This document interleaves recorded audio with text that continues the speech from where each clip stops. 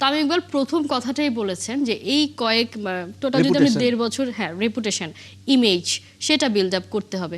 একেবারেই তাই, মানে আমরা বিশ্ব ক্রিকেটে ইমেজ পুরোপুরি শেষ হয়ে গেছে দেশের ক্রিকেটের, সেটাকে করা। এছাড়া আর কি কি চ্যালেঞ্জ দেখছেন এই 3 মাস মেয়াদ যদিও হাতে? প্রথম কথা হচ্ছে যে আমি চ্যালেঞ্জের চাইতে বেশি দেখি সম্ভাবনা।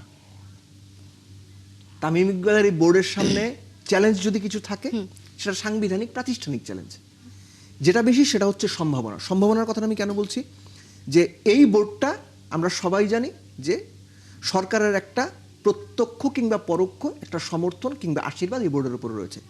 এটার মানে সবচেয়ে বড় সুবিধাটা হচ্ছে যে তারা যদি কোনো দীর্ঘমেয়াদী স্বল্পমেয়াদী কিছু কঠিন সিদ্ধান্ত কিংবা যুগোপযোগী সিদ্ধান্ত নিতে যায়, সরকার তাদেরকে পূর্ণ সহায়তা করবে, যেটা একটা ক্রিকেট বোর্ডের জন্য অবশ্যই ব্লেসিংস।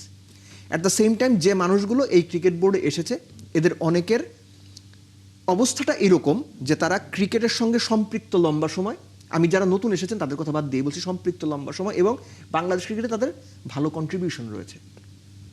নতুনদের কথাই যদি একটু প্রশ্ন করি, সিরিয়াস কন্ট্রিবিউশন রয়েছে, সেটা ক্লাব ক্রিকেট বলেন, লোকাল ক্রিকেট বলেন, এবং বিভিন্ন পর্যায়ে ক্রিকেট ডেভেলপমেন্ট বলেন। আপনি তানজিল চৌধুরীর কথা বলেন, আপনি রফিকুল ইসলাম বাবুর কথা বলেন, আপনি ফাহিম সিনহার কথা বলেন, এই প্রত্যেকটা মানুষের কন্ট্রিবিউশন রয়েছে। আতার আলী খান হয়তো মাঠের ক্রিকেটের বাইরে সাংগঠনিকভাবে সেভাবে কন্ট্রিবিউট করতে পারেনি, কিন্তু আতার ভাইয়ের ডিফারেন্ট লেভেলে কন্ট্রিবিউশন রয়েছে। মিনহাজুল আবেদিন নান্নু প্রচুর গালি খেয়েছেন মানুষের কাছে, ওনার কন্ট্রিবিউশন আছে। সো জিনিসটা হচ্ছে যে এখানে ক্রিকেট জানেন বোঝেন এরকম লোকও আছে, নতুন মানুষও আছে। আর বাংলাদেশের সবচেয়ে বড় কথা, সবাই তো ক্রিকেট বুঝে। আপনি আমারও ক্রিকেট ডিরেক্টর বানিয়ে দিলে কোনো অসুবিধা নেই, আমরাও ক্রিকেট বুঝি।